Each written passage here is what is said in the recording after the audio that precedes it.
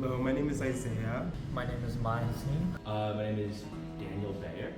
Hi, my name is Sanya. I'm Tia Poquette. I use she, her pronouns.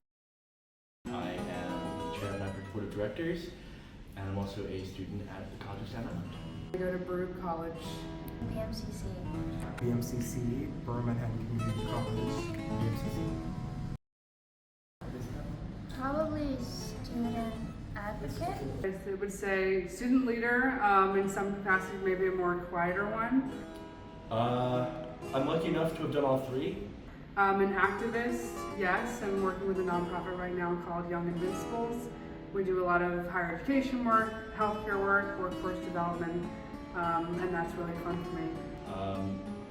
I would say right now, I probably fit more into the leadership category. Just a lot of stuff with working with NIPERG, helping organize their budgets, set priorities, legislative priorities, working with our executive director on stuff like that and making sure that we can help best represent the New York public. And I'm happy enough that I still feel like in that role I'm still able to be an activist and be an advocate. So I'd like to say all three. I would consider myself more of a mix of both, all three, but I'd say a student activist the most. I would call myself a student activist. I feel really strong about criminal justice, specifically abolition and dismantling the system towards more reparative care rather than punishment.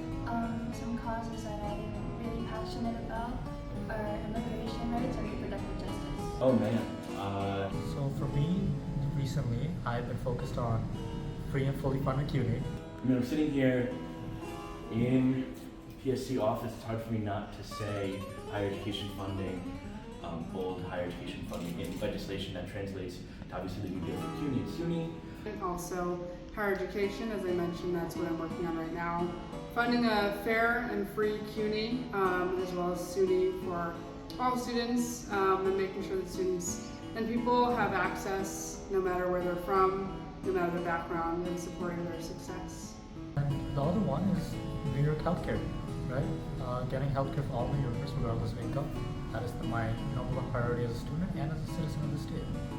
For one, the New York Health Act, I think that people simply just should have easily accessible healthcare coverage. I don't think that people should be having to go through all these hoops and match a bunch of arbitrary qualifications to get their needs met. But on top of that, my favorite obviously is the environment. We're working on environmental issues.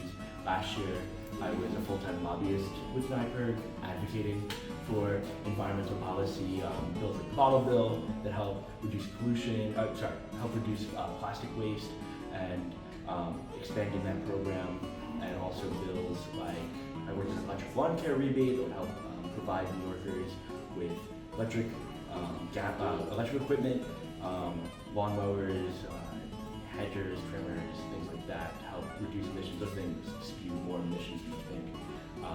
So a lot of that, a lot of environment work. That's what I'm probably most passionate about. I'm also a big fan of Queenslink, the Queenslink project. I think that Brooklyn and Queens specifically need a lot more comprehensive MTA care, and I think it's the Interborough Expressway that's proposed. I think that's very important.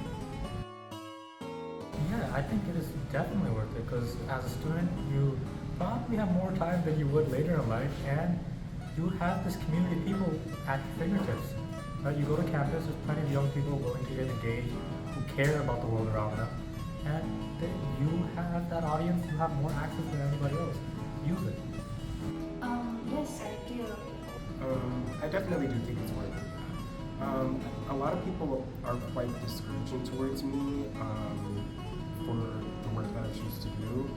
But at the end of the day, I think if you really believe in something and you want things to change, then it will always be worth it to fight for what you believe in. I do believe that it's important for people to be active within their community and be civically engaged because your voice matters more than anything. I would say there's actually not much to be scared of. I think that people in the space are also perhaps the most open-minded and want to help you learn and ease into the space. There's no failing, it's always just learning new things, and I think that that's a huge part of being an advocate. It's learning and it's being open to meeting new people. Well, I mean, I can't convince you to fight for the same things that I want to fight for, but what I will say is that if there's really anything that you think is really important, just know you can't wait on anybody else to change it for you. You have to be that change that you want to see. I would say just do it.